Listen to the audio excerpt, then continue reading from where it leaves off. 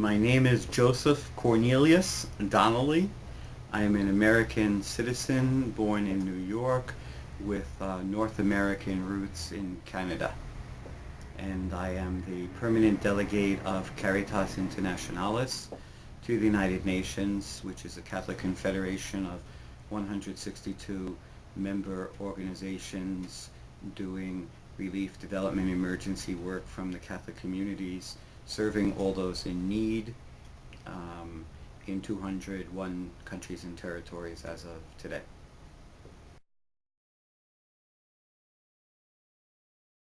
Caritas Internationalis,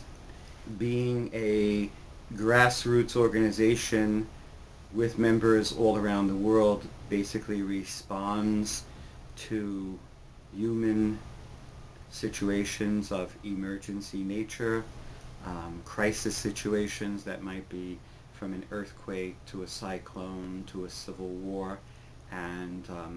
our accompaniment to people in need in those kind of conditions all over the world, no two ever being exactly alike, but all of them having various levels of similarity and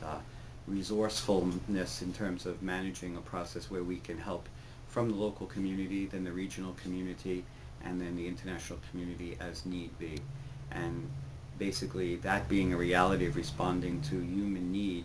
we see the UN system here in New York, in Geneva, and around the world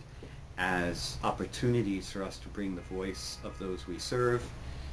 into the intergovernmental community. I advocate with those agencies of the UN just as much as we would advocate with their respective member states and or with the Security Council and the General Assembly to put really concrete evidences into the debate as opposed to just a sort of theoretic view of what can be done. And for us, again, it's not that I'm writing the sort of document, but rather we're growing the document from the lived practice on the ground and bringing that into systemic dialogue here in New York, in Geneva, Vienna, and other places where these debates would go on. And then once again trying to affirm who the people, be they people or be they governments, be they departments, who make things happen. And it's pretty clear that if you're here and you're engaging them, they're going to engage you back. And if you're merely on the sidelines as an observer, your advocacy is going to have less of an effect. Anyone who grows up in a big city, whether it's New York City, Rio, Bogota, Jerusalem, Cairo, Beirut, Frankfurt, Rome, you have an opportunity to constantly experience diversity, the challenges of the melting pot, and no matter how strong your own sense of nation or city or state might be, in the midst of that you recognize the other, who might be immigrants, who might be people, a kind of complexion, a kind of language you've never seen before. And in that process, as a native New Yorker, I certainly grew up in a world of seeing the haves and the have-nots, and people who were discriminated against simply because they had a different color, or they looked different, they were shaped different, they spoke different. So I think I grew up in an environment much like the United Nations itself in New York, where I had room in my life and mentality for people different from myself, but in that process then of growing, realized many of those people come from circumstances altogether different than mine as a Native American, Irish, Catholic, Christian citizen in New York City. But I also recognize that in generations past, when Irish people came to New York, Protestant or Catholic, they had some serious difficulties as well finding their place. So I don't think I had a sense of being a victim of any kind of discrimination, but an awareness that in different ways and places we all are often minorities, and that one culture, one background isn't the dominating one, it's one of the many if we dare to look. When I heard about the violations of human rights in northern Uganda, in Central Africa, quagmires, it was astounding to realize that at that point in time you had approximately 1.6 million people, native Ugandan people, by and large very innocent, good people, and in our case most of them Christians, living in refugee, not even refugee, internally displaced persons camps because of a political quagmire and a rebel and a conflict with the government and rebel forces and other dimensions of that, innocent people were living without their rights. And a large percentage of them were women and children. In that same era,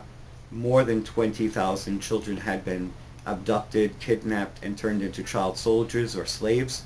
and many of their families were equally fragmented, and many people were killed and destroyed. So to know in the international community that the crisis in northern Uganda, let's say in 2004, was clearly proven by the UN as one of the 10 most underreported crises in the world, and yet even with major international advocacy for children's rights, that being the most child-focused crisis in the world, and it was never being really talked about. The Universal Declaration of Human Rights gives us the tradition on which the international community has attempted to stand, to say, here's the context, here's the, as they say in the UN, here's the framework. They're tools, they're guidelines for practicing the essence of what we need to know and believe, whether there was a universal declaration or not. And putting it into a format has been a very justice-making tool to ensure that those who perhaps have not thought these thoughts, who did not grow up culturally, intellectually, societally, in a way that says we are created as equal human beings. So it's not enough to argue for human rights, it's imperative to argue for equal rights for all peoples in all places in all times. And as we find, in the UN Declaration of Human Rights, both the old versions and the 60th anniversary version that I keep here on the windowsill to remind me, one of the subtitles on the 60th anniversary version is Dignity and Justice for All of Us, 60th Anniversary Special Edition, 1948 to 2008. And I keep it here to remind me that that's the underscores everything that we do, whether it's the MDGs, the food crisis, democracy, the right to vote, the role of women in society, and peace and security. And I keep these in front of a small little book. It's called Little Book, that has a picture on the front of it of Archbishop Oscar Romero, who for me is one of the great contemporary inspirations for what we are all called to do. And they're little vignettes that helps us to realize we are called, we are ready, and we should be worthy of the moment at hand. And to see these small little books sitting on my windowsill, literally looking out at the United Nations, is the heart of, for a Christian, I think, speaking truth to power. And I think that's what advocacy calls us to do. Never to be adversarial, but always to be ardent advocates, so that it isn't a capricious sense of us blowing in or blowing out, that there's something steadfast, and that we stand on the shoulders of our co-religionists who have done it long before us. And there will always be a need. I don't think human rights, because human rights are what they are, they'll ever be perfect, because it isn't a perfect society, we're not perfect people. So even in the best intentions by government or civil society, by churches, by communities, we'll always need to be challenged to say, are we doing all that we could? And do we know enough about what's not happening to be sure that we're answering the call?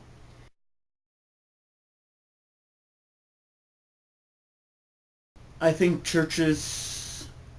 Christian organizations should care about human rights because they are, once again, tools, guidelines that should already exist within everything we breathe from our faith, which fundamentally says, love God, love your neighbor, or as in Micah, do justice, love God, walk humbly. It's about really accompanying one another as human beings. And while some people say, oh, human rights, oh, that's very political, oh, that's very controversial. So if they're controversial because they're discussed in capitals or in the United Nations, intergovernmental bodies, the fundamental place where they should be discussed for us then is churches. It is the very seat of our being church. It's those gathered together to be, to do, to be present, and not merely to take care of ourselves and hope that we have a good relationship with our community, our family, and God, but an honest and good relationship with the world within which we live, and that those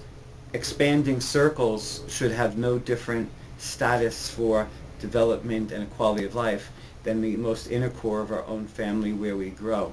And so for my sense of things, and I believe for Caritas, we would say that for a city, a place to be truly human, and hence really a blessing from God, it has to have us in it. And if we're not doing that, it won't have much soul. And I would say the seat